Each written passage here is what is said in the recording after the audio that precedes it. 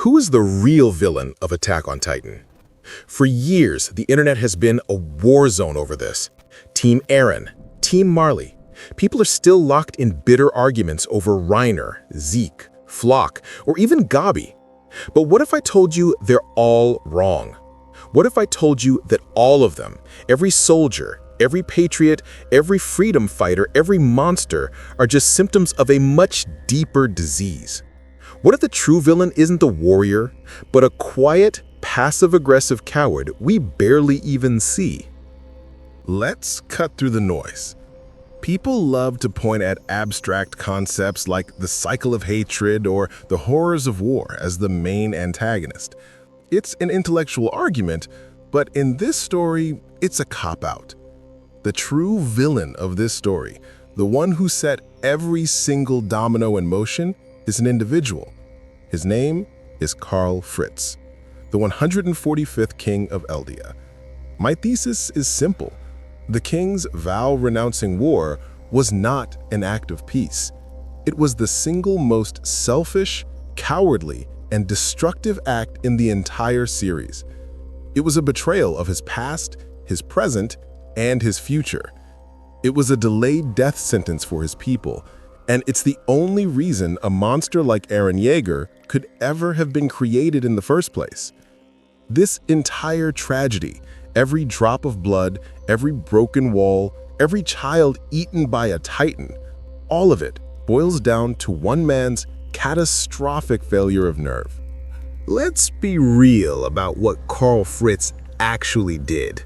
He didn't end the conflict. He didn't atone for the sins of the Eldian Empire. He ran away. He looked at the centuries of brutal conquest, the infighting among the Titan houses, and the rising hatred from the rest of the world, and he decided it was all just too hard. So he took a chunk of his people, fled to Paradise Island, and built a cage. He used the Founder's power to wipe their memories, feeding them a comforting lie about being the last of humanity. This wasn't a paradise, it was a prison disguised as a sanctuary, a ticking time bomb. This isn't atonement. This is the ultimate abdication of responsibility. He didn't just abandon the world, he abandoned the millions of Eldians left behind on the mainland. He threw them to the wolves, allowing a vengeful Marley to rise, seize the other Titans, and turn his own people into a permanent, oppressed underclass. He bought himself a century of quiet, at the cost of a living hell for everyone else. This is where things get really twisted. The Vow Renouncing War is so much more insidious than just a political promise. It's a psychological cage. It's a piece of ideological malware that Karl Fritz uploaded directly into the founding Titan's coordinate, infecting his entire bloodline. You could almost say this vow, not Ymir's original trauma, is the true curse. The vow doesn't just prevent the royal family from using the Founder's power to fight, it actively brainwashes them into believing they deserve to be exterminated. It infects them with Fritz's own paralyzing, suicidal guilt and self-loathing. It makes them believe that the sins of their ancestors are so great that their entire race must pay the price. We see this with Frida Rice. When Grisha Yeager, desperate and broken, begs her to save the people inside the walls, to fight back before Marley's warriors arrive, she can't. The second she tries, the vow takes over, and she spouts Karl Fritz's insane, self-destructive dogma. Fritz didn't just disarm his descendants, he made them incapable of even wanting to defend themselves.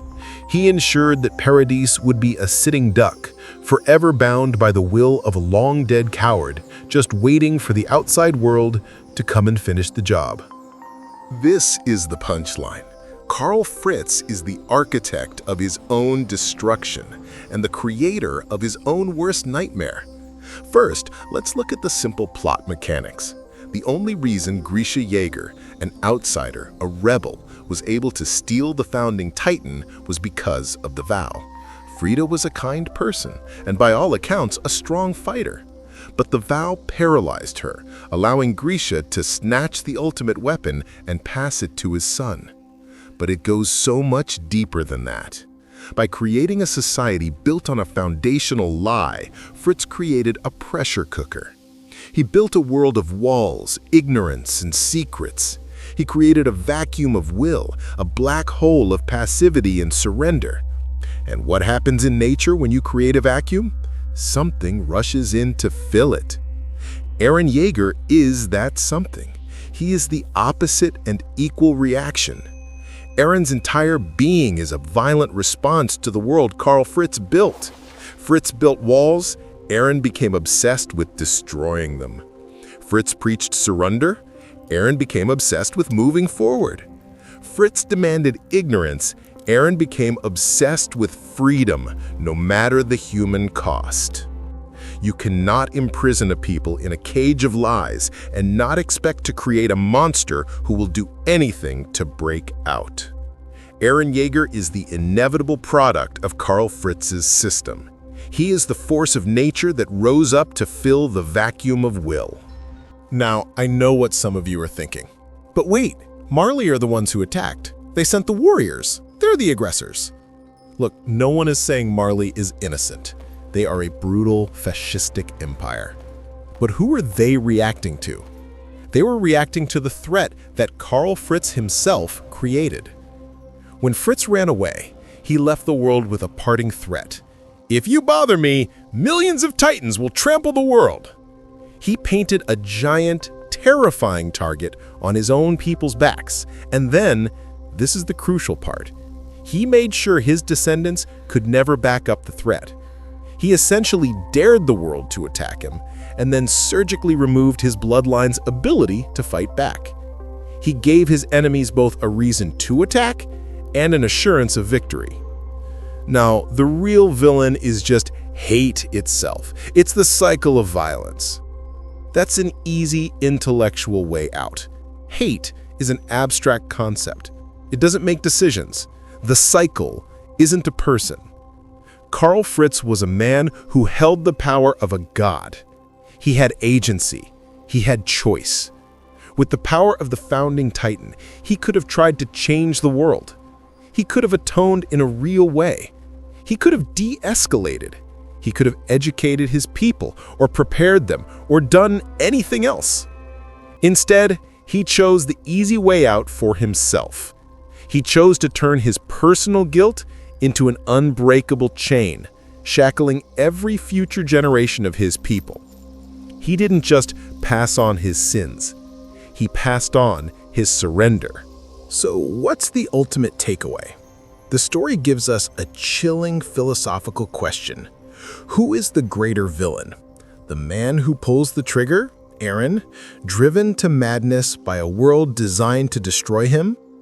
Or the man who meticulously loaded the gun, cocked the hammer, and placed it in a child's hand, all while calling it peace, Karl Fritz?